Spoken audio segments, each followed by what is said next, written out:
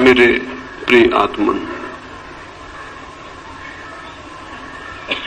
एक सुबह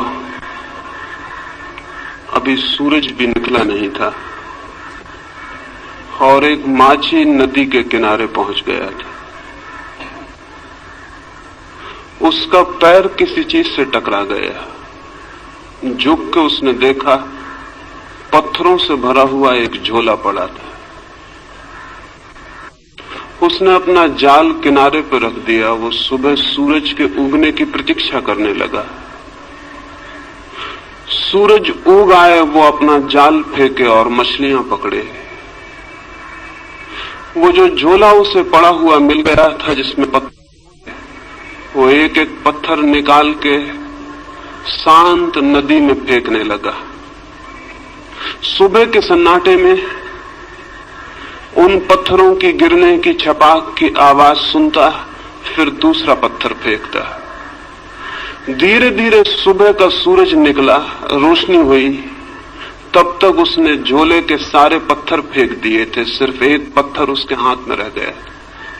सूरज की रोशनी में देखते से ही जैसे उसके हृदय की धड़कन बंद हो गई, सांस रुक गई।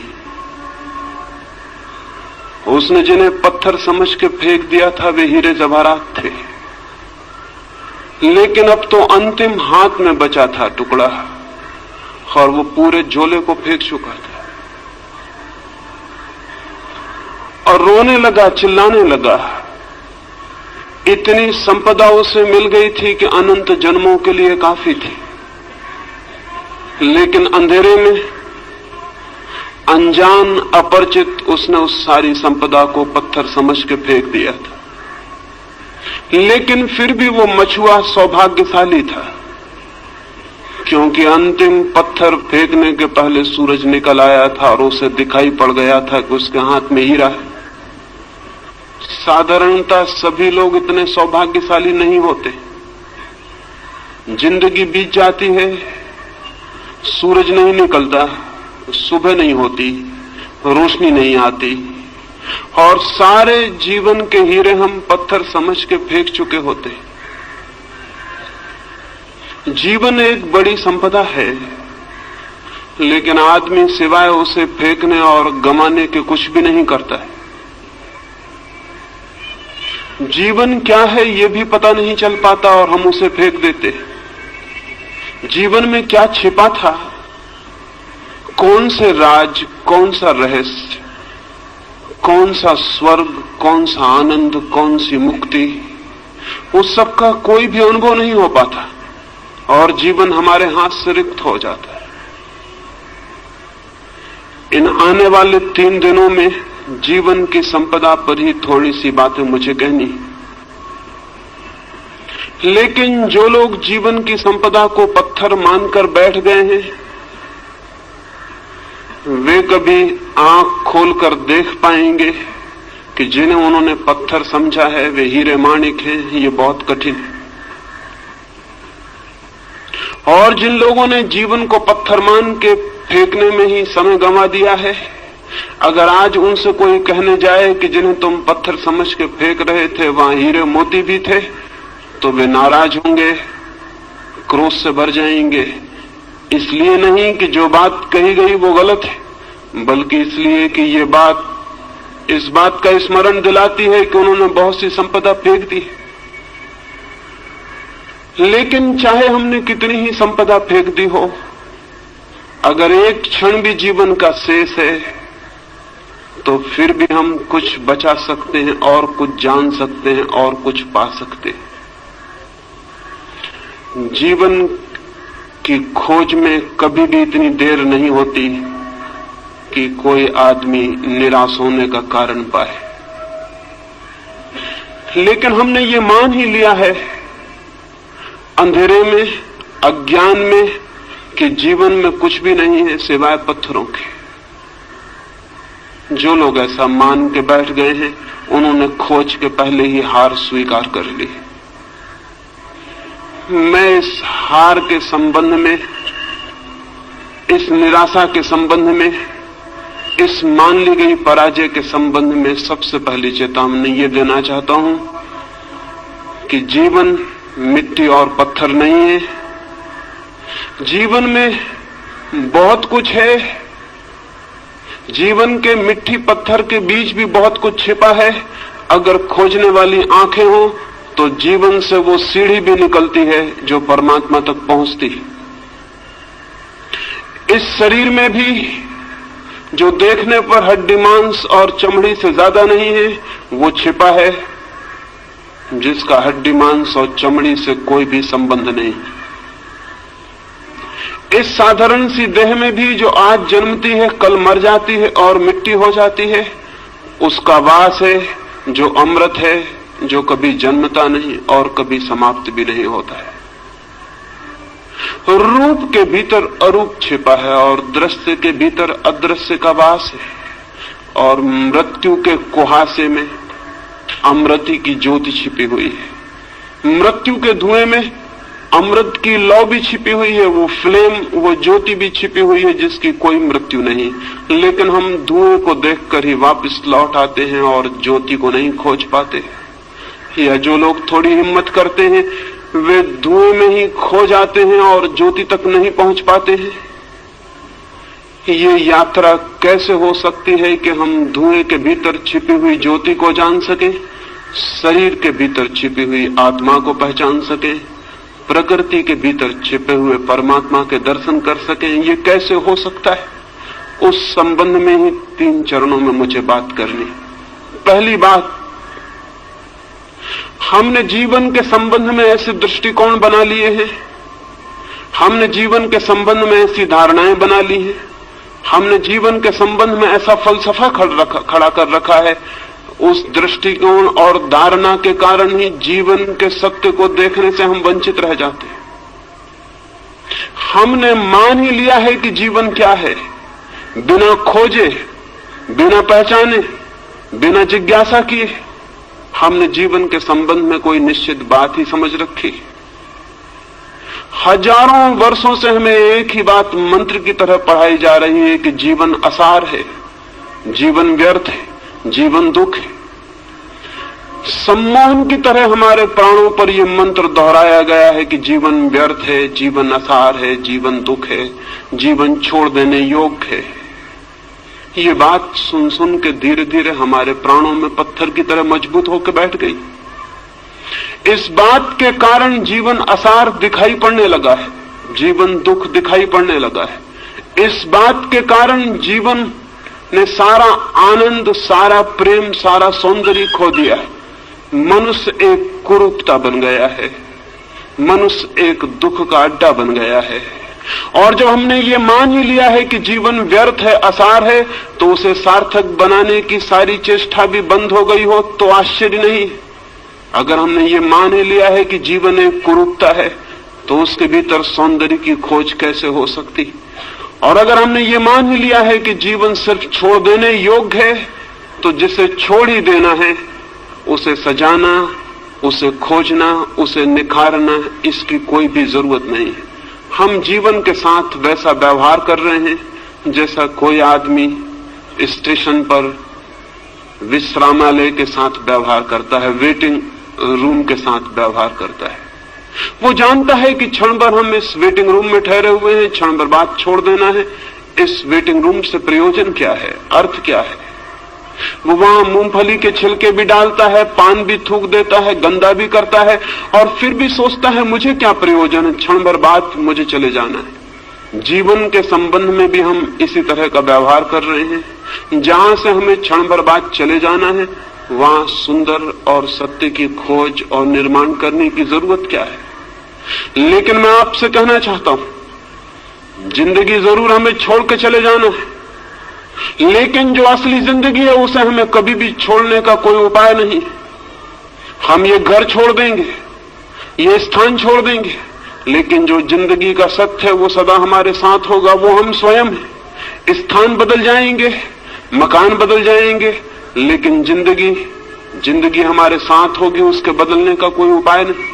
और सवाल ये नहीं है कि जहां हम ठहरे थे उसे हमने सुंदर किया था, जहां हम रुके थे वहां हमने प्रीतिकर हवा पैदा की थी, जहां हम 2 क्षण को ठहरे थे वहां हमने आनंद का गीत गाया था।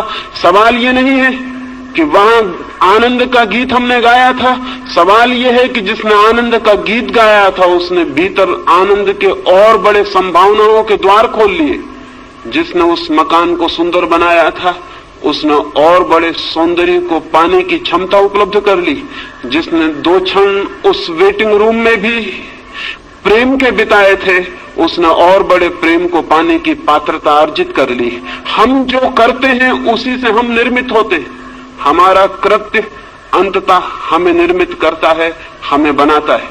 हम जो करते हैं वही धीरे धीरे हमारे प्राण और हमारी आत्मा का निर्माता हो जाता है। जीवन के साथ हम क्या कर रहे हैं इस पर निर्भर करेगा कि हम कैसे निर्मित हो रहे हैं। जीवन के साथ हमारा क्या व्यवहार है इस पर निर्भर होगा कि हमारी आत्मा किन दिशाओं में यात्रा करेगी, किन मार्गों पर जाएगी, किन नए जगतों की खोज करेगी।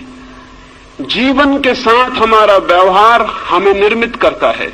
ये अगर स्मरण हो तो शायद जीवन को असार व्यर्थ मानने की दृष्टि हमें भ्रांत मालूम पड़े, तो शायद हमें जीवन को दुखपूर्ण मानने की बात गलत मालूम पड़े, तो शायद हमें जीवन से विरोधी रुख अधार्मिक मालूम पड़े। लेकिन अब तक धर्म के नाम पर जीवन का विरोध ही सिखाया गया है। सच तो यह है कि अब तक का सारा धर्म मृत्युवादी है, जीवनवादी नहीं। उसकी दृष्टि में मृत्यु के बाद जो है वही महत्वपूर्ण है, मृत्यु के पहले जो है वो महत्वपूर्ण नहीं। अब तक के धर्म की दृष्टि में मृत्यु की पूजा है, जीवन का सम्मान नहीं।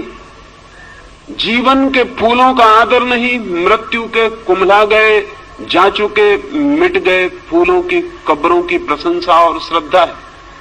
अब तक का सारा धर्म चिंतन करता है मृत्यु के बाद क्या है, स्वर्ग मोक्ष। मृत्यु के पहले क्या है उससे आज तक के धर्म को जैसे कोई संबंध नहीं रहा।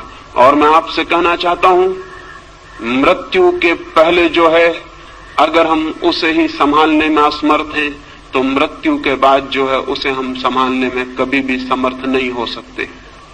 मृत्यु के पहले जो है अगर वही व्यर्थ छूट जाता है तो मृत्यु के बाद कभी भी सार्थकता की कोई गुंजाइश, कोई पात्रता हम अपने में पैदा नहीं कर सकेंगे।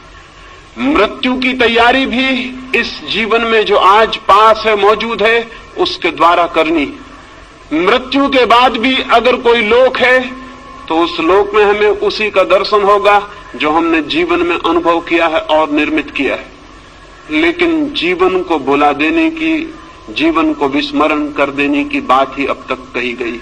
मैं आपसे कहना चाहता हूं जीवन के अतिरिक्त न कोई परमात्मा है, न हो सकता है। मैं आपसे ये भी कहना चाहता हूं जीवन को साध लेना ही धर्म की साधना है और जीवन में ही परम सत्य को अनुभव कर लेना मोक्ष को उपलब्ध कर लेने की पहली सीढ़ी। जो जीवन को ही चूक जाता है वो और सब भी चूक जाएगा, ये निश्चित है। लेकिन अब तक का रुख उल्टा रहा है। वो रुख कहता है जीवन को छोड़ो, वो रुख कहता है जीवन को त्यागो। वो ये नहीं कहता कि जीवन में खोजो, वो ये नहीं कहता कि जीवन को जीने की कला सीखो, वो ये भी नहीं कहता कि जीवन को जीने के ढंग पर निर्भर करता है कि जीवन कैसा मालूम पड़ेगा। अगर जीवन अंधकारपूर्ण मालूम पड़ता है तो वो जीने का गलत ढंग है। यही जीवन आनंद की वर्षा भी बन सकता है अगर जीने का सही ढंग उपलब्ध हो जाए।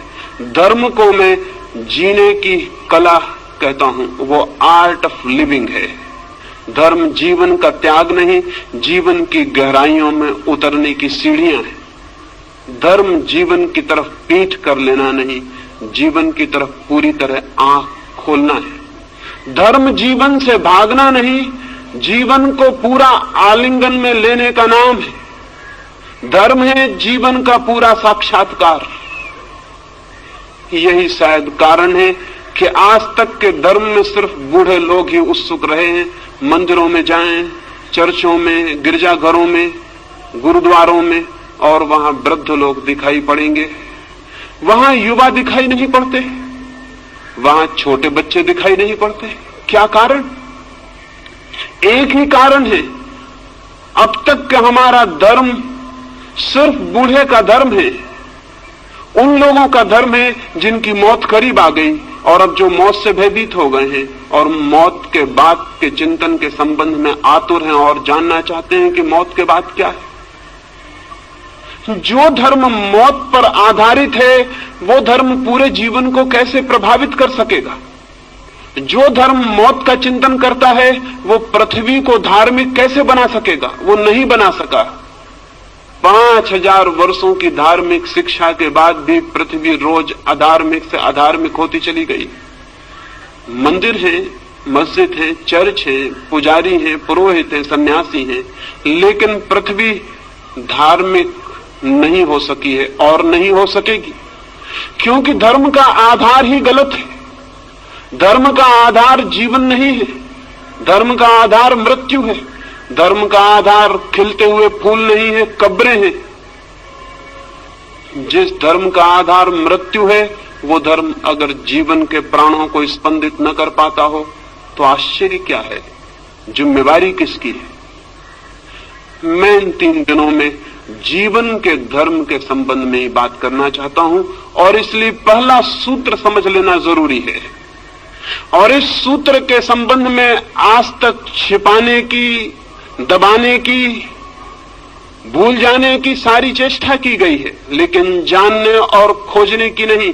और उस भूलने और विस्मृत कर देने की चेष्टा के दुष्परिणाम सारे जगत में व्याप्त हो गए।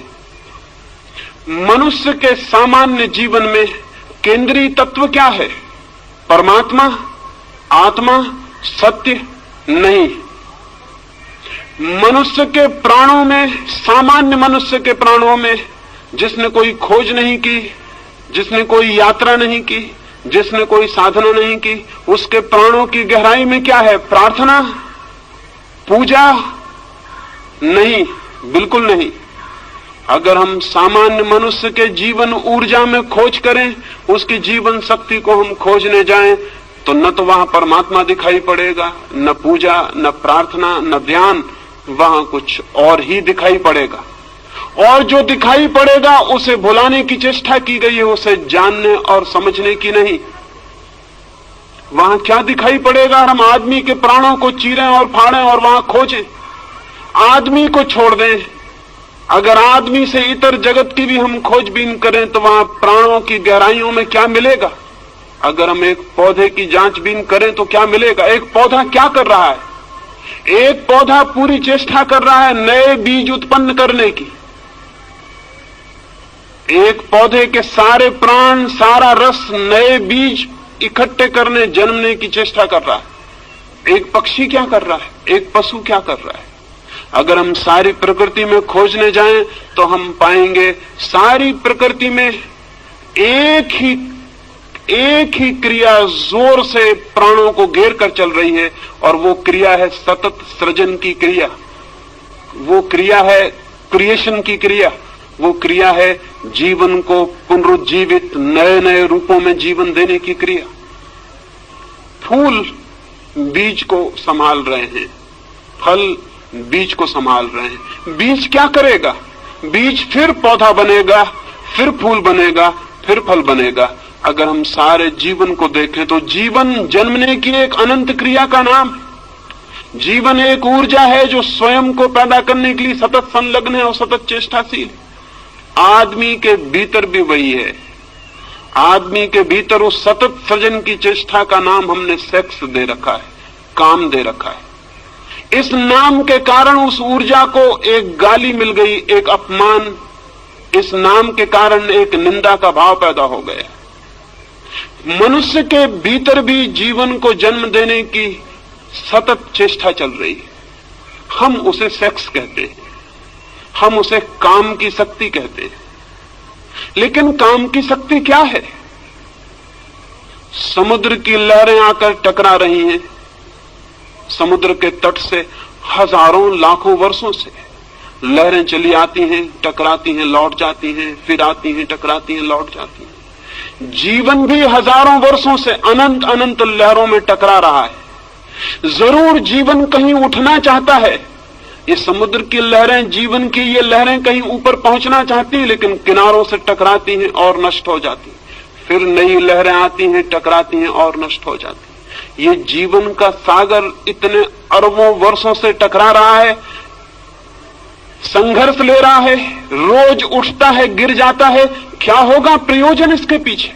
जरूर इसके पीछे कोई बृहत्तर ऊंचाइयां छूने का आयोजन चल रहा है। जरूर इसके पीछे कुछ और गहराइयां जानने का प्रयोजन चल रहा है। जरूर जीवन की सतत प्रक्रिया के पीछे कुछ और महानतर जीवन पैदा करने का प्रयास चल रहा है। मनुष्य को जमीन पर आए बहुत दिन नहीं हुए, कुछ लाख वर्ष हुए।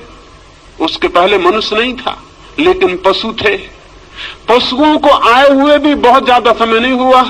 एक जमाना था कि पशु भी नहीं थे, लेकिन पौधे थे। पौधों को आए भी बहुत समय नहीं हुआ।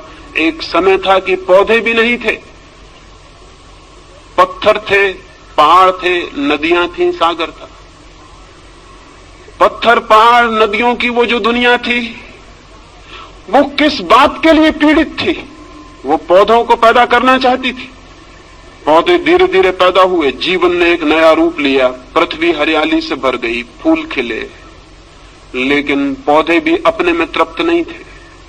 वे सतत जीवन को जन्म देते रहे। उनकी भी कोई चेष्टा चल रही थी। वे पशुओं को, पक्षियों को जन्म देना चाहते थे। पशु पक्षी पैदा हुए।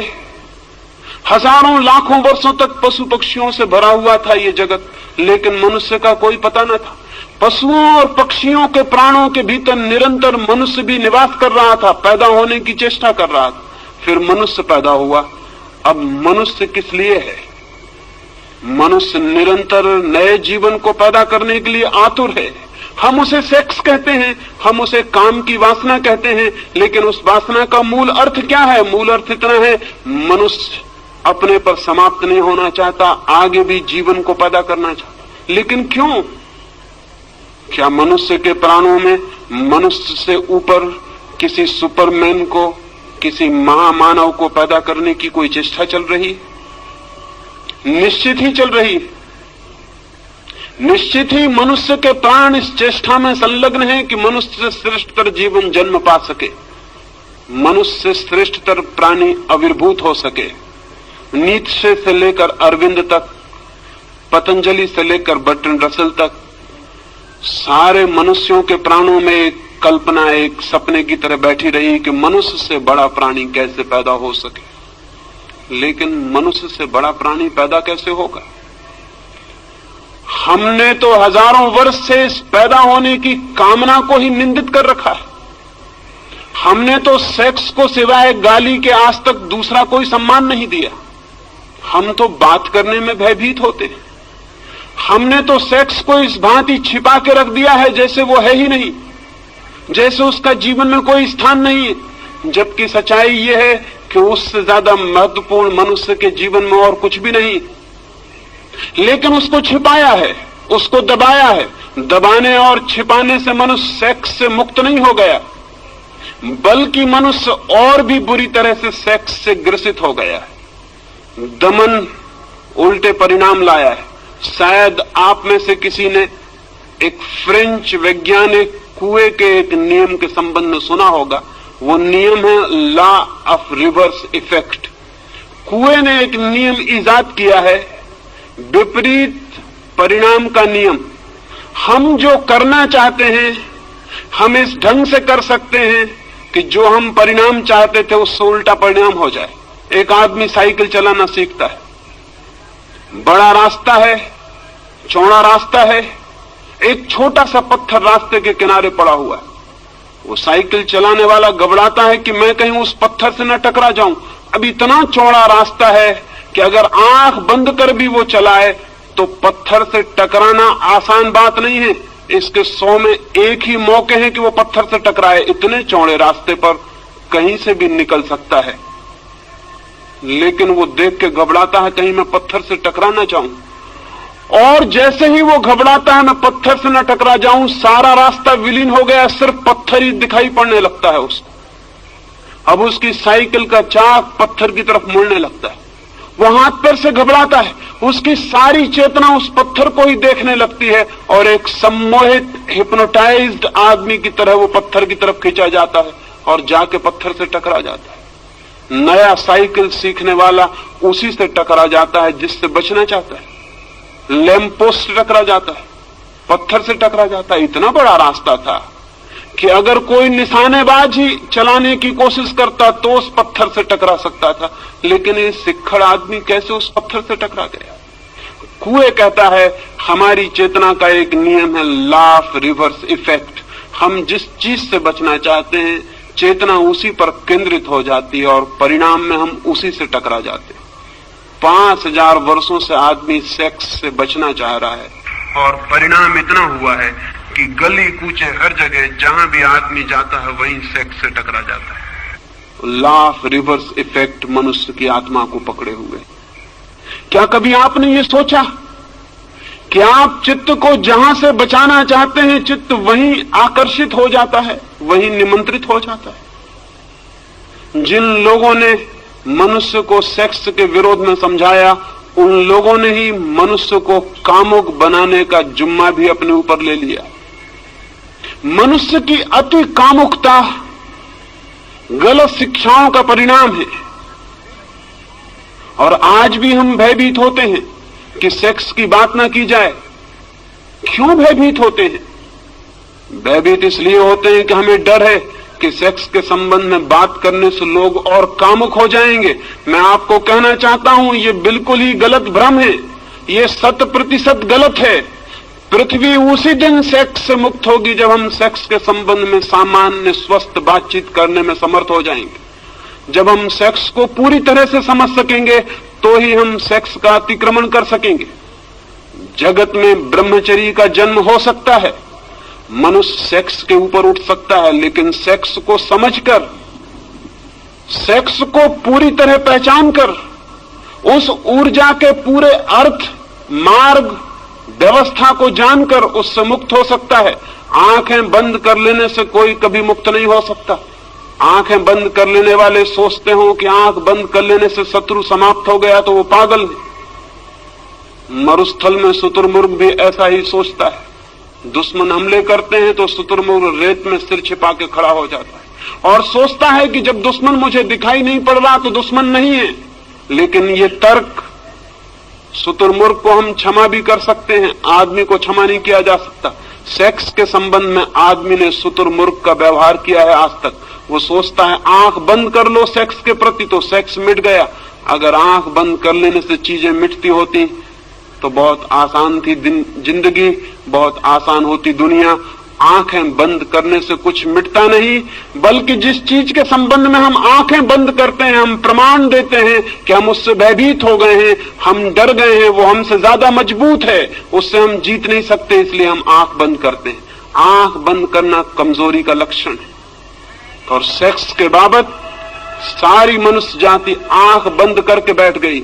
न केवल आंख बंद करके बैठ गई है, बल्कि उसने सब तरह की लड़ाई भी सेक्स से ली और उसके परिणाम, उसके दुष्परिणाम सारे जगत में ज्ञात है। अगर 100 आदमी पागल होते हैं तो उसमें से 98 आदमी सेक्स को दबाने की वजह से पागल होते हैं। अगर हजारों स्त्रियां हिस्टीरिया से परेशान हैं तो उसमें से 100 में से 99 स्त्रियों के पीछे हिस्टीरिया के, मिर्गी के, बेहोशी के सेक्स की मौजूदगी है, सेक्स का दमन मौजूद है। अगर आदमी इतना बेचैन, अशांत, इतना दुखी और पीड़ित है तो इस पीड़ित होने के पीछे उसने जीवन की एक बड़ी शक्ति को बिना समझे उसकी तरफ पीठ खड़ी कर ली है, उसका कारण है। और परिणाम उल्टे आते हैं। अगर हम मनुष्य का साहित्य उठाकर देखें, अगर किसी देवलोक से कभी कोई देवता आए या चंद्रलोक से या मंगल ग्रह से कभी कोई यात्री आए और हमारी किताबें पढ़े, हमारा साहित्य देखे, हमारी कविताएं पढ़े, हमारे चित्र देखे, तो बहुत हैरान हो जाएगा। वो हैरान हो जाएगा ये जानकर कि आदमी का सारा साहित्य सेक्स पर क्यों केंद्रित है, आदमी की सारी कविताएं सेक्सुअल क्यों हैं, आदमी की सारी कहानियां, सारे उपन्यास सेक्स पर क्यों खड़े हैं, आदमी की हर किताब के ऊपर नंगी औरत की तस्वीर क्यों है, आदमी की हर फिल्म नंगे आदमी की फिल्म क्यों है। वो आदमी बहुत हैरान होगा। अगर कोई मंगल से आके हमें इस हालत में देखेगा तो बहुत हैरान होगा। वो सोचेगा आदमी सेक्स के सिवाय क्या कुछ भी नहीं सोचता। और आदमी से अगर पूछेगा, बातचीत करेगा तो बहुत हैरान हो जाएगा। आदमी बातचीत करेगा आत्मा की, परमात्मा की, स्वर्ग की, मोक्ष की, सेक्स की कभी कोई बात नहीं करेगा। और उसका सारा व्यक्तित्व चारों तरफ से सेक्स से भरा हुआ है। वो मंगल ग्रह का वासी तो बहुत हैरान होगा। वो कहेगा बातचीत कभी नहीं की जाती जिस चीज की, उसको चारों तरफ से तृप्त करने की हजार हजार पागल कोशिशें क्यों की जा रही। आदमी को हमने परवर्ट किया है, विकृत किया है, और अच्छे नामों के आधार पर विकृत किया है। ब्रह्मचर्य की बात हम करते हैं, लेकिन कभी इस बात की चेष्टा नहीं करते कि पहले मनुष्य की काम की ऊर्जा को समझा जाए, फिर उसे रूपांतरित करने के प्रयोग भी किए जा सकते। बिना उस ऊर्जा को समझे दमन की, संयम की सारी शिक्षा मनुष्य को पागल, विक्षिप्त और रुग्ण करेगी। इस संबंध में कोई भी ध्यान नहीं। ये मनुष्य इतना रुग्ण, इतना दीनहीन कभी भी ना था, इतना विषाक्त भी ना था, इतना पॉइजनस भी ना था, इतना दुखी भी ना था। मैंने एक अस्पताल के पास से मैं निकलता था, मैंने एक तख्ते पर अस्पताल के एक सूचना लिखी हुई पढ़ी। लिखा था उस तख्ते पर, एक आदमी को बिच्छू ने काटा, उसका इलाज किया गया, वो 1 दिन में ठीक होकर घर वापस चला गया है। एक दूसरे आदमी को सांप ने काटा था, उसका 3 दिन में इलाज किया गया, वो स्वस्थ होकर घर वापस लौट गया है। उस पर तीसरी सूचना थी कि एक और आदमी को पागल कुत्ते ने काट लिया था, उसका 10 दिन से इलाज हो रहा है, वो काफी ठीक हो गया है और शीघ्र ही उसके पूरी तरह ठीक हो जाने की उम्मीद है। और उस पर एक चौथी सूचना भी थी कि एक आदमी को एक आदमी ने काट लिया था, उसे कई सप्ताह हो गए, वो बेहोश है और उसके ठीक होने की भी कोई उम्मीद नहीं। मैं बहुत हैरान हुआ, आदमी का काटा हुआ इतना जहरीला हो सकता है। लेकिन अगर हम आदमी की तरफ देखेंगे तो दिखाई पड़ेगा आदमी के भीतर बहुत जहर इकट्ठा हो गया है। और उस जहर के इकट्ठे हो जाने का पहला सूत्र यह है कि हमने आदमी की निसर्ग को, उसकी प्रकृति को स्वीकार नहीं किया, उसकी प्रकृति को दबाने और जबरदस्ती तोड़ने की चेष्टा की। मनुष्य के भीतर जो शक्ति है, उस शक्ति को रूपांतरित करने की, ऊंचा ले जाने की, आकाशगामी बनाने का हमने कोई प्रयास नहीं किया। उस शक्ति के ऊपर हम जबरदस्ती कब्जा करके बैठ गए हैं। वो शक्ति नीचे से ज्वालामुखी की तरह उबल रही है और धक्के दे रही है। वो आदमी को किसी भी क्षण उल्टा देने की चेष्टा कर रही, और इसलिए जरा सा मौका मिल जाता है तो आपको पता है सबसे पहली बात क्या होती। अगर एक हवाई जहाज गिर पड़े तो आपको सबसे पहले उस हवाई जहाज में अगर पायलट हो और आप उसके पास जाएं, उसकी लाश के पास, तो आपको पहला प्रश्न क्या उठेगा मन में? क्या आपको ख्याल आएगा ये हिंदू है या मुसलमान? नहीं। क्या आपको ख्याल आएगा कि ये भारतीय है कि चीनी? नहीं। आपको पहला ख्याल आएगा ये आदमी है या औरत। पहला प्रश्न आपके मन में उठेगा ये स्त्री है या पुरुष। क्या आपको ख्याल है इस बात का कि ये प्रश्न क्यों सबसे पहले ख्याल में आता है? भीतर दबा हुआ सेक्स है, उस सेक्स के दमन की वजह से बाहर स्त्रियां और पुरुष अतिशय उभर कर दिखाई पड़ते। क्या आपने कभी सोचा? आप किसी आदमी का नाम भूल सकते हैं, जाति भूल सकते हैं, चेहरा भूल सकते हैं। अगर मैं आपसे मिलूं या मुझे आप मिलें तो मैं सब भूल सकता हूं कि आपका नाम क्या था, आपका चेहरा क्या था, आपकी जाति क्या थी, उम्र क्या थी, आप किस पद पर थे, सब भूल सकता हूं। लेकिन कभी आपको ख्याल आया आप ये भी भूल सकें कि जिससे आप मिले थे वो आदमी थी या औरत? कभी आप भूल सके इस बात को कि जिससे आप मिले थे वो पुरुष है या स्त्री? कभी पीछे ये संदेह उठा मन में कि वो स्त्री है या पुरुष? नहीं, ये बात आप कभी भी नहीं भूल सके होंगे। क्यों? लेकिन जब सारी बातें भूल जाती हैं तो ये क्यों नहीं भूलता? हमारे भीतर मन में कहीं सेक्स बहुत अतिशय होकर बैठा है, वो 24 घंटे उबल रहा है, इसलिए सब बात भूल जाती है लेकिन ये बात नहीं भूलती। हम सतत सचेष्ट हैं। ये पृथ्वी तब तक स्वस्थ नहीं हो सकेगी जब तक आदमी और स्त्रियों के बीच ये दीवार और ये फासला खड़ा हुआ है। ये पृथ्वी तब तक कभी भी शांत नहीं हो सकेगी जब तक भीतर उबलती हुई आग है और उसके ऊपर हम जबरदस्ती बैठे हुए हैं। उस आग को रोज दबाना पड़ता है, उस आग को प्रतिक्षण दबाए रखना पड़ता है। वो आग हमको भी जला डालती है, सारा जीवन राख कर देती है, लेकिन फिर भी हम विचार करने को राजी नहीं होते ये आग क्या थी। और मैं आपसे कहता हूं, अगर हम इस आग को समझ लें तो यह आग दुश्मन नहीं है, दोस्त है। अगर हम इस आग को समझ लें तो यह हमें जलाएगी नहीं, हमारे घर को गर्म भी कर सकती है सर्दियों में, और हमारी रोटियां भी पका सकती है, और हमारी जिंदगी के लिए सहयोगी और मित्र भी हो सकती है। लाखों साल तक आकाश में बिजली चमकती थी, कभी किसी के ऊपर गिरती थी और जान ले लेती थी। कभी किसी ने सोचा भी ना था कि एक दिन घर में पंखा चलाएगी ये बिजली, कभी ये रोशनी करेगी अंधेरे में, ये किसी ने सोचा नहीं था। आज वही बिजली हमारी साथी हो गई। क्यों? बिजली की तरफ हम आंख मूंद के खड़े हो जाते तो हम कभी बिजली के राज को न समझ पाते और न कभी उसका उपयोग कर पाते, वो हमारी दुश्मनी बनी रहती। लेकिन नहीं, आदमी ने बिजली के प्रति दोस्ताना का भाव बरता, उसने बिजली को समझने की कोशिश की, उसने प्रयास किए जानने के, और धीरे धीरे बिजली उसकी साथी हो गई। आज बिना बिजली के क्षण भर जमीन पर रहना मुश्किल मालूम होगा। मनुष्य के भीतर बिजली से भी बड़ी ताकत है सेक्स की। मनुष्य के भीतर अणु की शक्ति से भी बड़ी शक्ति है सेक्स की। कभी आपने सोचा लेकिन ये शक्ति क्या है और कैसे हमें इसे रूपांतरित करें? एक छोटे से अणु में इतनी शक्ति है कि हिरोशिमा का पूरा 1 लाख का नगर भस्म हो सकता है। लेकिन क्या आपने कभी सोचा कि मनुष्य के काम की ऊर्जा का एक अणु एक नए व्यक्ति को जन्म देता है? उस व्यक्ति में गांधी पैदा हो सकता है, उस व्यक्ति में महावीर पैदा हो सकता है, उस व्यक्ति में बुद्ध पैदा हो सकते हैं, क्राइस्ट पैदा हो सकता है, उससे आइंस्टीन पैदा हो सकता है और न्यूटन पैदा हो सकता है। एक छोटा सा अणु एक मनुष्य की काम ऊर्जा का एक गांधी को छिपाए हुए, गांधी जैसा विराट व्यक्तित्व जन्म पा सकता है।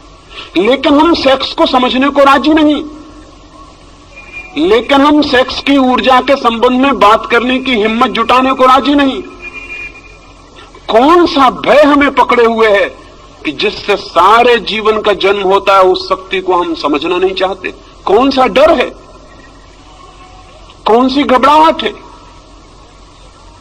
मैंने पिछली बंबई की सभा में इस संबंध में कुछ बात की थी तो बड़ी घबराहट फैल गई। मुझे बहुत से पत्र पहुंचे कि आप इस तरह की बातें मत कहें, इस तरह की बात ही मत करें।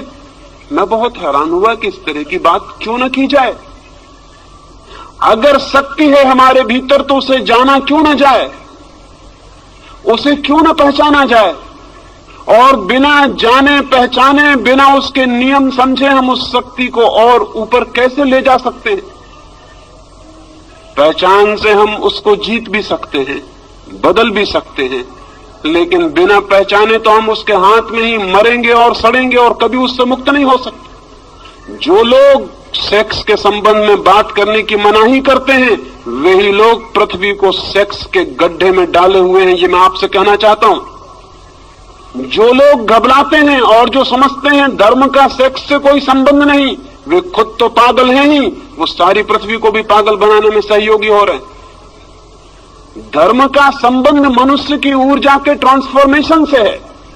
धर्म का संबंध मनुष्य की शक्ति को रूपांतरित करने से। धर्म चाहता है कि मनुष्य के व्यक्तित्व में जो छिपा है वो श्रेष्ठतम रूप से अभिव्यक्त हो जाए।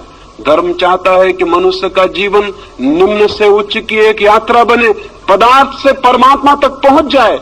लेकिन ये चाह तभी पूरी हो सकती है हम जहां जाना चाहते हैं उस स्थान को समझना उतना उपयोगी नहीं जितना उस स्थान को समझना उपयोगी है जहां हम खड़े हैं, क्योंकि वहीं से यात्रा शुरू करनी पड़ती।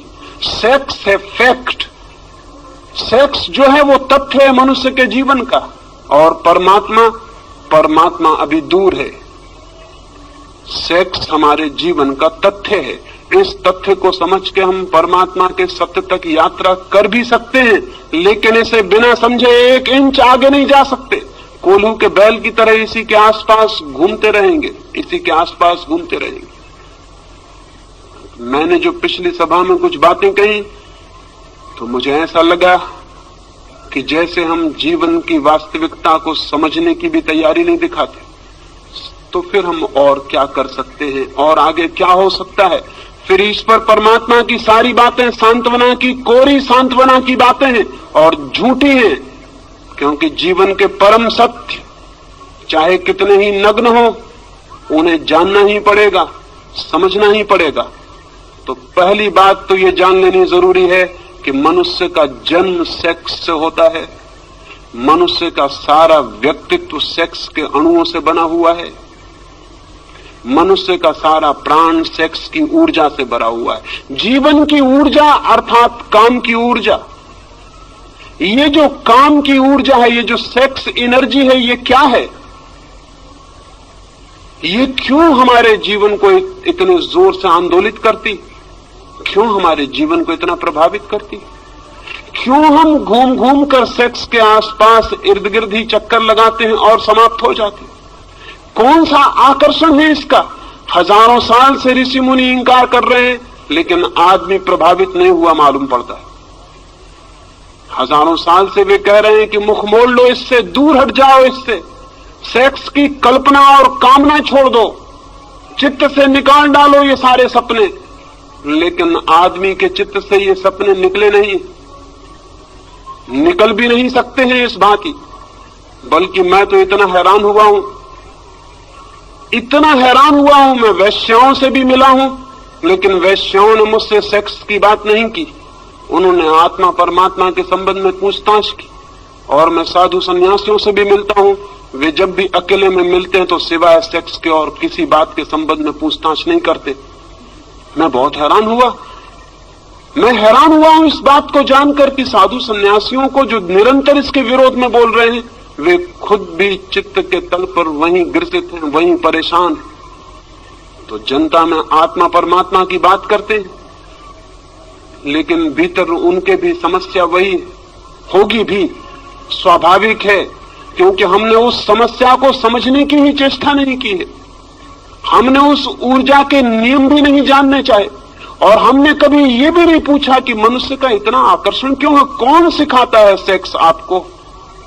सारी दुनिया तो सिखाने के विरोध में सारे उपाय करती है। माँ बाप चेष्टा करते हैं कि बच्चे को पता न चल जाए, शिक्षक चेष्टा करते हैं, धर्मशास्त्र चेष्टा करते हैं, कहीं कोई स्कूल नहीं, कहीं कोई यूनिवर्सिटी नहीं, लेकिन आदमी अचानक एक दिन पाता है कि सारे प्राण काम की आतुरता से भर गए। ये कैसे हो जाता है? बिना सिखाए ये कैसे हो जाता है? सत्य की शिक्षा दी जाती है, प्रेम की शिक्षा दी जाती है, उसका तो कोई पता नहीं चलता। इस सेक्स का इतना प्रबल आकर्षण, इतना नैसर्गिक केंद्र क्या है? जरूर इसमें कोई रहस्य है और इसे समझना जरूरी है, तो शायद हम इससे मुक्त भी हो सकते। पहली बात तो ये कि मनुष्य के प्राणों में सेक्स का जो आकर्षण है वो वस्तुतः सेक्स का आकर्षण नहीं है। मनुष्य के प्राणों में जो काम वासना है वो वस्तुतः काम की वासना नहीं। इसलिए हर आदमी काम के कृत्य के बाद पछताता है, दुखी होता है, पीड़ित होता है, सोचता है कि इससे मुक्त हो जाऊं, ये क्या है? लेकिन शायद आकर्षण कोई दूसरा है, और वो आकर्षण बहुत रिलीजियस, बहुत धार्मिक अर्थ रखता है। वो आकर्षण ये है कि मनुष्य के सामान्य जीवन में सिवाय सेक्स की अनुभूति के वो कभी भी अपने गहरे से गहरे प्राणों में नहीं उतर पाता है, और किसी क्षण में कभी गहरे नहीं उतरता है। दुकान करता है, धंधा करता है, यश कमाता है, पैसे कमाता है, लेकिन एक अनुभव काम का, संभोग का उसे गहरे से गहरे ले जाता है। और उसकी गहराई में दो घटनाएं घटती हैं। एक, संभोग के अनुभव में अहंकार विसर्जित हो जाता है, इगोलेसनेस पैदा हो जाती है। एक क्षण के लिए अहंकार नहीं रह जाता, एक क्षण को यह याद भी नहीं रह जाता कि मैं हूं। क्या आपको पता है, धर्म के श्रेष्ठतम अनुभव में मैं बिल्कुल मिट जाता है, अहंकार बिल्कुल शून्य हो जाता है। सेक्स के अनुभव में क्षण भर को अहंकार मिटता है, लगता है कि हूं या नहीं, एक क्षण को विलीन हो जाता है मेरापन का भाव। दूसरी घटना घटती है, एक क्षण के लिए समय मिट जाता है, टाइमलेसनेस पैदा हो जाती। जीसस ने कहा है समाधि के संबंध में, there shall be time no longer. समाधि का जो अनुभव है वहां समय नहीं रह जाता, वो कालातीत है, समय बिल्कुल विलीन हो जाता है, न कोई अतीत है न कोई भविष्य, शुद्ध वर्तमान रह जाता है। सेक्स के अनुभव में ये दूसरी घटना घटती है, न कोई अतीत रह जाता न कोई भविष्य, समय मिट जाता है, एक क्षण के लिए समय विलीन हो जाता है।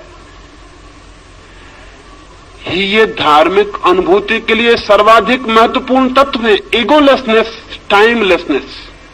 ये दो तत्व हैं जिनकी वजह से आदमी सेक्स की तरफ आतुर होता है और पागल होता है। वो आतुरता स्त्री के शरीर के लिए नहीं है पुरुष की, न पुरुष के शरीर के लिए स्त्री की है। वो आतुरता शरीर के लिए बिल्कुल भी नहीं है, वो आतुरता किसी और ही बात के लिए। वो आतुरता है अहंकार शून्यता का अनुभव, समय शून्यता का अनुभव। लेकिन समय शून्य और अहंकार शून्य होने के लिए आतुरता क्यों है? क्योंकि जैसे ही अहंकार मिटता है आत्मा की झलक उपलब्ध होती है, जैसे ही समय मिटता है परमात्मा की झलक उपलब्ध होती है। एक क्षण को होती है ये घटना, लेकिन उस एक क्षण के लिए आदमी कितनी ही ऊर्जा, कितनी ही शक्ति खोने को तैयार है। शक्ति खोने के कारण पछताता है बाद में कि शक्ति छीन हुई, शक्ति का अपव्यय हुआ, और उसे पता है कि शक्ति जितनी छीन होती है मौत उतनी करीब आती। कुछ पशुओं में तो एक ही संभोग के बाद नर की मृत्यु हो जाती है, कुछ कीड़े तो एक ही संभोग कर पाते हैं और संभोग करते ही करते समाप्त हो जाते हैं। अफ्रीका में एक मकड़ा होता है, वो एक ही संभोग कर पाता है और संभोग की हालत में ही मर जाता है, इतनी ऊर्जा क्षीण हो जाती है। मनुष्य को यह अनुभव में आ गया बहुत पहले कि सेक्स का अनुभव शक्ति को क्षीण करता है, जीवन ऊर्जा कम होती है और धीरे धीरे मौत करीब आती है। पछताता है आदमी, लेकिन इतना पछताने के बाद फिर पाता है कि कुछ घड़ियों के बाद फिर वही आतुरता है। निश्चित ही इस आतुरता में कुछ और अर्थ है जो समझ लेना जरूरी। सेक्स की आतुरता में कोई रिलीजियस अनुभव है, कोई आत्मिक अनुभव है। उस अनुभव को अगर हम देख पाएं तो हम सेक्स के ऊपर उठ सकते हैं। अगर उस अनुभव को हम न देख पाएं तो हम सेक्स में ही जिएंगे और मर जाएंगे। उस अनुभव को अगर हम देख पाएं, अंधेरी रात है और अंधेरी रात में बिजली चमकती, बिजली की चमक अगर हमें दिखाई पड़ जाए और बिजली को अगर हम समझ लें तो अंधेरी रात को हम मिटा भी सकते हैं। लेकिन अगर हम ये समझ लें कि अंधेरी रात के कारण बिजली चमकती है तो फिर हम अंधेरी रात को और घना करने की कोशिश करेंगे ताकि बिजली चमके। सेक्स की घटना में बिजली चमकती है, एक वो सेक्स से अतीत है, ट्रांसेंड करती है, पार से आती। उस पार के अनुभव को अगर हम पकड़ लें तो हम सेक्स के ऊपर उठ सकते हैं, अन्यथा नहीं। लेकिन जो लोग सेक्स के विरोध में खड़े हो जाते हैं वे अनुभव को समझ भी नहीं पाते कि वो अनुभव क्या है। वे कभी ये ठीक विश्लेषण भी नहीं कर पाते कि हमारी आतुरता किस चीज के लिए। मैं आपसे कहना चाहता हूं कि संभोग का इतना आकर्षण क्षणिक समाधि के लिए है, और संभोग से आप उस दिन मुक्त होंगे जिस दिन आपको समाधि बिना संभोग के मिलना शुरू हो जाएगी। उसी दिन संभोग से आप मुक्त हो जाएंगे, सेक्स से मुक्त हो जाएंगे। क्योंकि एक आदमी 1000 रुपए खोकर थोड़ा सा अनुभव पाता हो और कल हम उसे बता दें कि रुपए खोने की कोई जरूरत नहीं, इस अनुभव की तो खदानें भरी पड़ी हैं, तुम चलो इस रास्ते से और उस अनुभव को पालो, तो फिर वो 1000 रुपए खो के उस अनुभव को खरीदने बाजार में नहीं जाएगा। सेक्स जिस अनुभूति को लाता है, अगर वो अनुभूति किन्हीं और मार्गों से उपलब्ध हो सके तो आदमी का चित्त सेक्स की तरफ बढ़ना अपने आप बंद हो जाता है, उसका चित्त एक नई दिशा लेना शुरू कर देता है। इसलिए मैं कहता हूं जगत में समाधि का पहला अनुभव मनुष्य को सेक्स के अनुभव से ही उपलब्ध हुआ है। लेकिन वो बहुत महंगा अनुभव है, वो अति महंगा अनुभव है। और दूसरे कारण है कि वो अनुभव कभी एक क्षण से ज्यादा गहरा नहीं हो सकता। एक क्षण को झलक मिलेगी और हम वापस अपनी जगह पर लौट आते। एक क्षण को किसी लोक में उठ जाते हैं, किसी गहराई पर, किसी पीक एक्सपीरियंस पर, किसी शिखर पर पहुंचना होता है और हम पहुंच भी नहीं पाते और वापस गिर जाते। जैसे समुद्र की एक लहर आकाश में उठती, उठ भी नहीं पाती, पहुंच भी नहीं पाती हवाओं में, सिर उठा भी नहीं पाती और गिरना शुरू हो जाता है। ठीक हमारा सेक्स का अनुभव, बार बार शक्ति को इकट्ठा करके हम उठने की चेष्टा करते हैं किसी गहरी जगत में, किसी ऊंचे जगत में। एक क्षण को हम उठ भी नहीं पाते और सब लहर बिखर जाती है, हम वापस अपनी जगह खड़े हो जाते हैं और उतनी शक्ति और ऊर्जा को गंवा देते हैं। लेकिन अगर सागर की लहर बर्फ का पत्थर बन जाए, जम जाए और बर्फ हो जाए, तो फिर उसे नीचे गिरने की कोई जरूरत नहीं है। आदमी का चित्त जब तक सेक्स के तरलता में बहता है, तब तक वापस उठता है, गिरता है, उठता है, गिरता है। सारा जीवन यही करता है। और जिस अनुभव के लिए इतना तीव्र आकर्षण है, ईगोलेसनेस के लिए, अहंकार शून्य हो जाए, मैं आत्मा को जान लूं, समय मिट जाए और मैं उसको जान लूं जो इटर्नल है, जो टाइमलेस है, उसको जान लूं जो समय के बाहर है, अनंत और अनादि है। उसे जानने की चेष्टा में सारा जगत सेक्स के केंद्र पर घूमता रहता है। लेकिन अगर हम इस घटना के विरोध में खड़े हो जाएं सिर्फ, तो क्या होगा? तो क्या हम उस अनुभव को पालेंगे जो सेक्स से एक झलक की तरह दिखाई पड़ता? नहीं। अगर हम सेक्स के विरोध में खड़े हो जाते हैं तो सेक्स ही हमारी चेतना का केंद्र बन जाता। हम सेक्स से मुक्त नहीं होते, उससे बंध जाते। वो लॉ ऑफ रिवर्स इफेक्ट काम शुरू कर देता। फिर हम उससे बंध गए, फिर हम भागने की कोशिश करते हैं और जितनी हम कोशिश करते हैं उतने ही बंधते चले जाते हैं। एक आदमी बीमार था और बीमारी कुछ उसे ऐसी थी कि दिन रात उसे भूख लगती थी। सच तो यह है उसे बीमारी कुछ भी ना थी। भोजन के संबंध में उसने कुछ विरोध की किताबें पढ़ ली थी। उसने पढ़ लिया था कि भोजन पाप है, उपवास पुण्य है, कुछ भी खाना हिंसा करना है। जितना वो ये सोचने लगा कि भोजन करना पाप है, उतना ही भूख को दबाने लगा। जितनी भूख को दबाने लगा उतनी भूख असर्ट करने लगी, जोर से प्रकट होने लगी। तो वो 2-4 दिन उपवास करता था और एक दिन पागल की तरह कुछ भी खा जाता था। जब कुछ भी खा लेता था तो बहुत दुखी होता था, क्योंकि फिर खाने की तकलीफ झेलनी पड़ती थी। फिर पश्चाताप में 2-4 दिन उपवास करता था और फिर कुछ भी खा लेता। आखिर उसने तय किया कि ये घर रहते हुए नहीं हो सकेगा, ठीक, मुझे जंगल चले जाना चाहिए। वो पहाड़ पर गया, एक हिल स्टेशन पर जाकर एक कमरे में रहा। घर के लोग भी परेशान हो गए थे। उसकी पत्नी ने ये सोचकर कि शायद वो पहाड़ पर अब जाके भोजन की बीमारी से मुक्त हो जाएगा, उसने खुशी में बहुत से फूल उसे पहाड़ पर भिजवाए कि मैं बहुत खुश हूं कि तुम शायद पहाड़ से स्वस्थ होकर वापस लौटोगे, मैं शुभ कामना के रूप में ये फूल तुम्हें भेज रही हूं। उस आदमी का वापस तार आया। उसने तार में लिखा, many thanks for the flowers, they are so delicious. उसने तार किया कि बहुत धन्यवाद फूलों के लिए, बड़े स्वादिष्ट। वो फूलों को खा गया वहां पहाड़ पर जो फूल उसको भेजे गए। अब कोई आदमी फूलों को खाएगा इसका हम ख्याल नहीं कर सकते, लेकिन जो आदमी भोजन से लड़ाई शुरू कर देगा वो फूलों को खा सकता है। आदमी सेक्स से लड़ाई शुरू किया और उसने क्या क्या सेक्स के नाम पर खाया है, इसका आपने कभी हिसाब लगाया? आदमी को छोड़कर, सभ्य आदमी को छोड़कर होमोसेक्सुअलिटी कहीं है? जंगल में आदिवासी रहते हैं, उन्होंने कभी कल्पना भी नहीं की है कि होमोसेक्सुअलिटी जैसी चीज भी हो सकती, कि पुरुष और पुरुष के साथ संभोग कर सकते हैं, ये भी हो सकता है। ये कल्पना के बाहर है।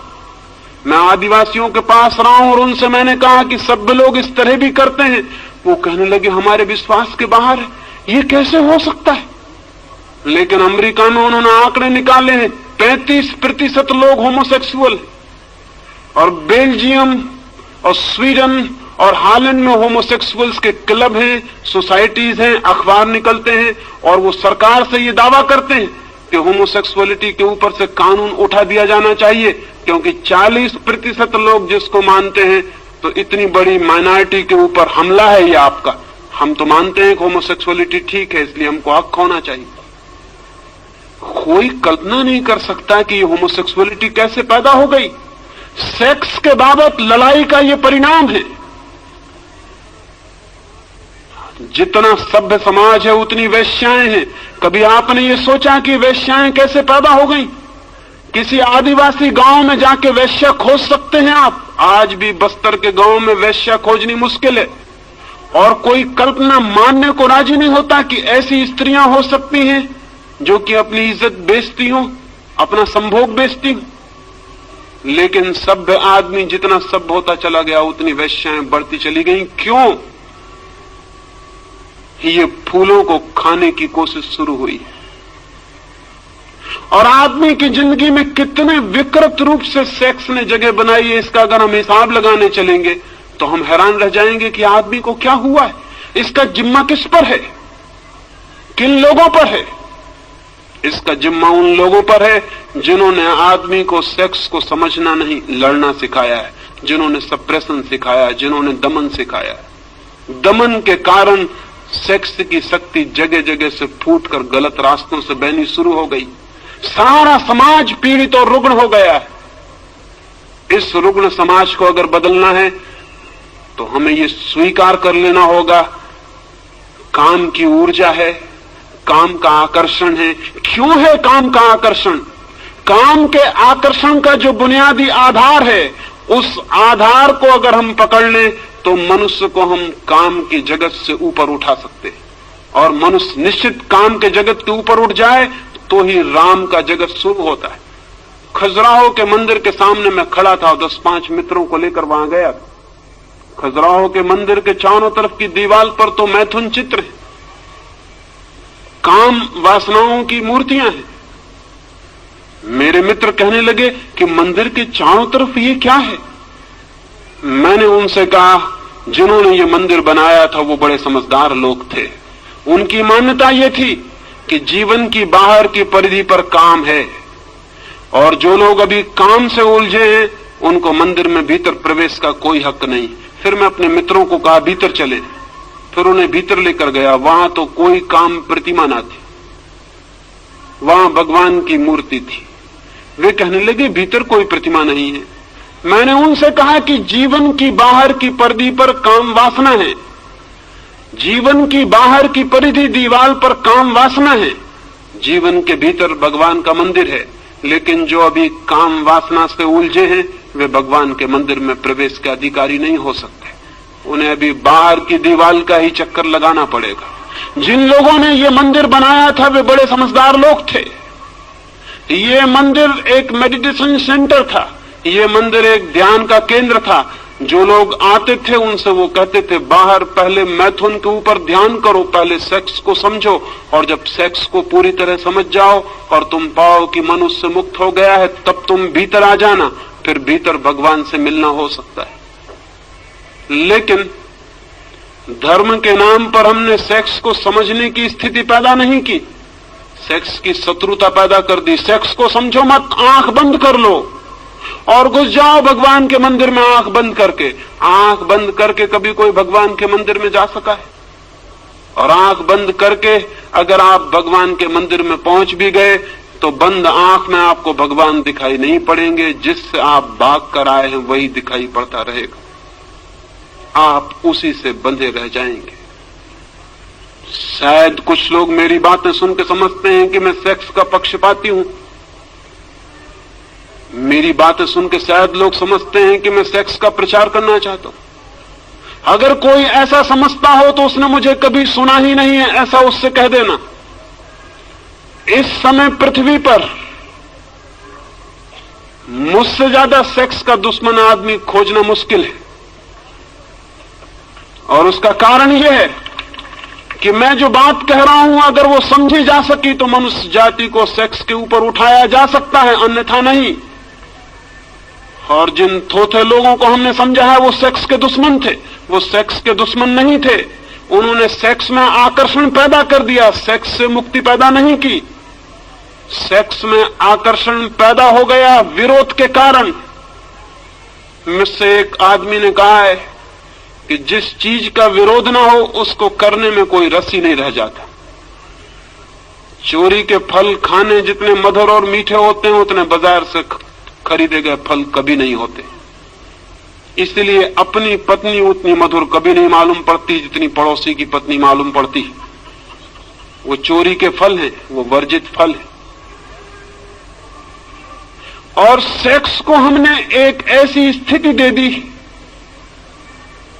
एक ऐसा चोरी का जामा पहना दिया, एक ऐसे झूठ के लिबास में छिपा दिया, ऐसी दीवालों में खड़ा कर दिया कि उसने हमें तीव्र रूप से आकर्षित कर लिया। बर्ट्रैंड रसल ने लिखा है कि जब मैं छोटा बच्चा था, विक्टोरियन जमाना था, स्त्रियों के पैर भी दिखाई नहीं पड़ते थे। वो कपड़े पहनती थी जो जमीन पर घसटता था और पैर नहीं दिखाई पड़ता था। अगर कभी किसी स्त्री का अंगूठा दिख जाता था तो आदमी आतुर होकर अंगूठा देखने लगता था और काम वासना जग जाती थी।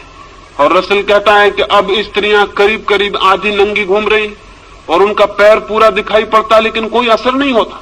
तो रसल ने लिखा है कि इससे यह सिद्ध होता है कि हम जिन चीजों को जितना ज्यादा छिपाते हैं उन चीजों में उतना ही कुत्सित आकर्षण पैदा होता है।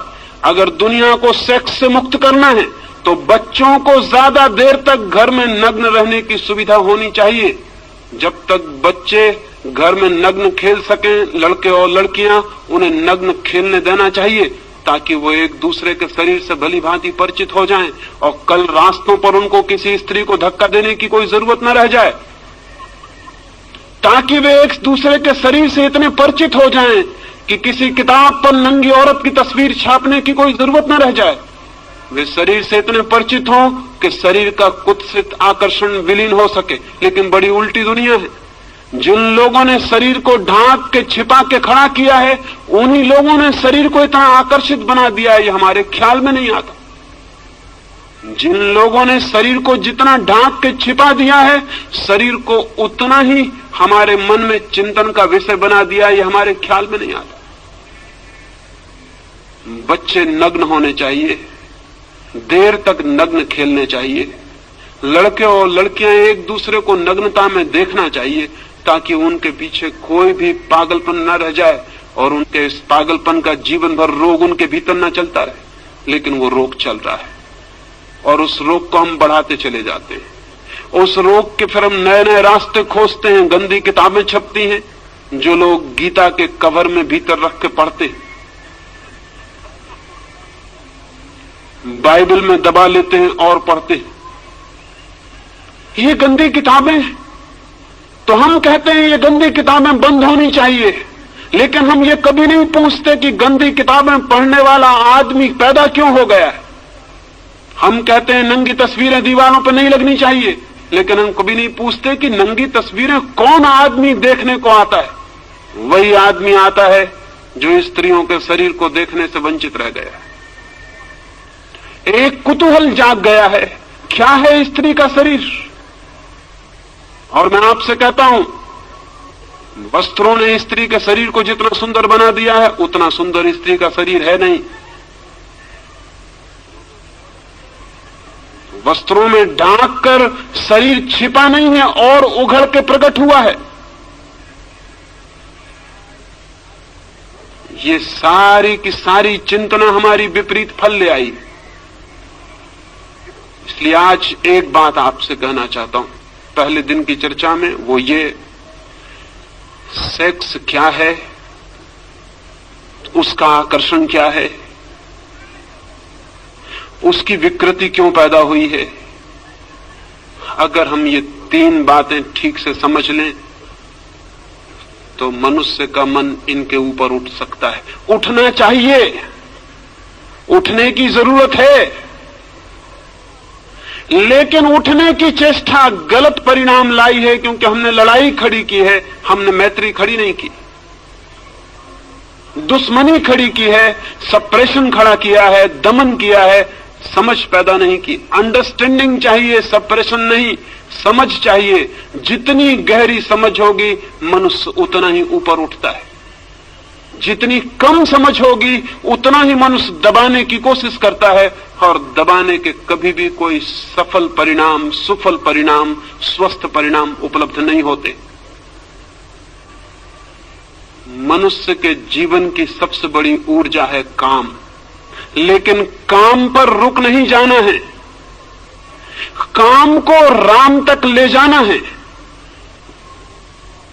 सेक्स को समझना है ताकि ब्रह्मचर्य फलित हो सके, सेक्स को जानना है ताकि हम सेक्स से मुक्त हो सकें और ऊपर उठ सकें। लेकिन शायद ही आदमी जीवन भर अनुभव से गुजरता है, शायद ही उसने समझने की कोशिश की हो कि संभोग के भीतर समाधि का क्षण भर का अनुभव है, वही अनुभव खींच रहा है, वही अनुभव आकर्षित कर रहा है, वही अनुभव पुकार दे रहा है कि आओ। ध्यान पूर्वक उस अनुभव को जान लेना है कि कौन सा अनुभव मुझे आकर्षित कर रहा है, कौन मुझे खींच रहा है।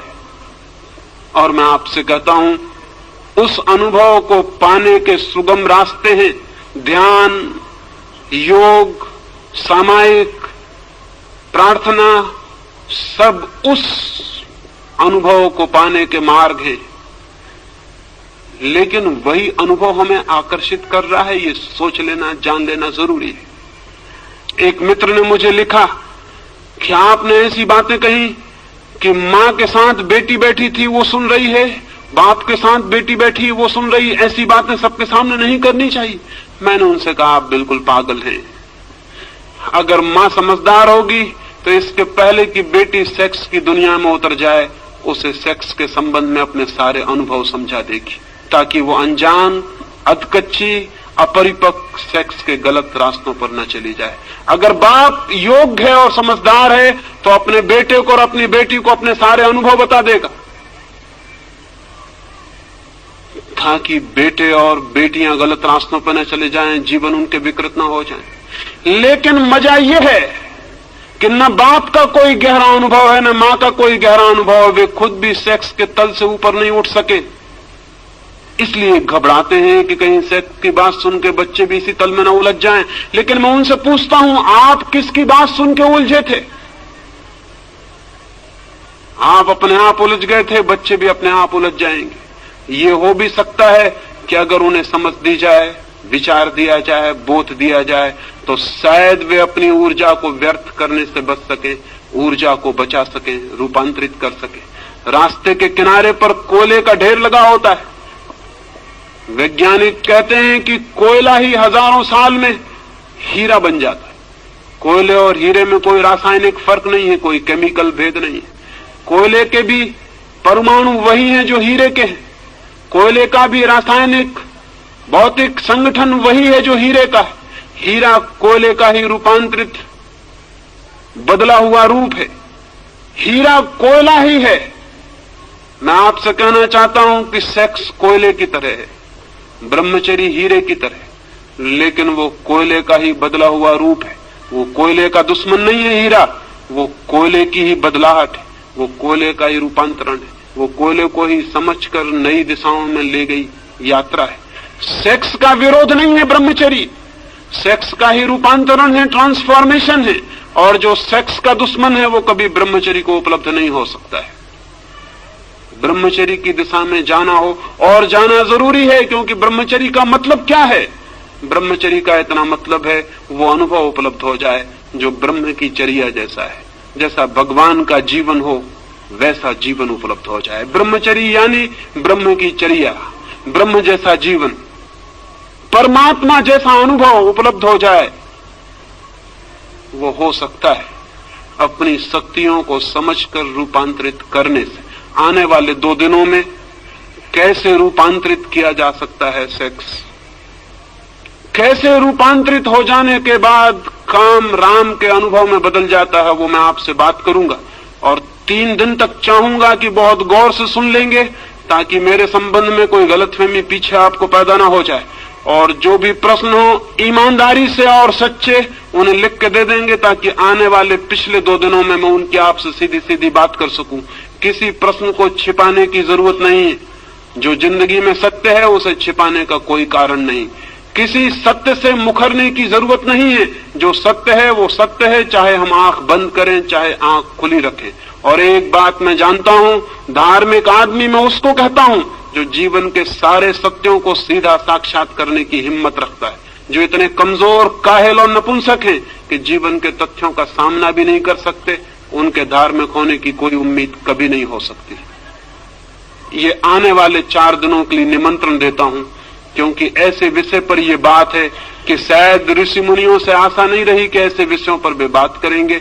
शायद आपको सुनने की आदत भी नहीं होगी, शायद आपका मन डरेगा, लेकिन फिर भी मैं चाहूंगा कि इन 5 दिनों आप ठीक से सुनने की कोशिश करेंगे। ये हो सकता है कि काम की समझ आपको राम के मंदिर के भीतर प्रवेश दिला दे। आकांक्षा मेरी यही है, परमात्मा करे वो आकांक्षा पूरी हो। मेरी बातों को इतने प्रेम और शांति से सुना, उसके लिए अनुग्रहित हूं। और अंत में सबके भीतर बैठे हुए परमात्मा को प्रणाम करता हूं। मेरे प्रणाम स्वीकार करें।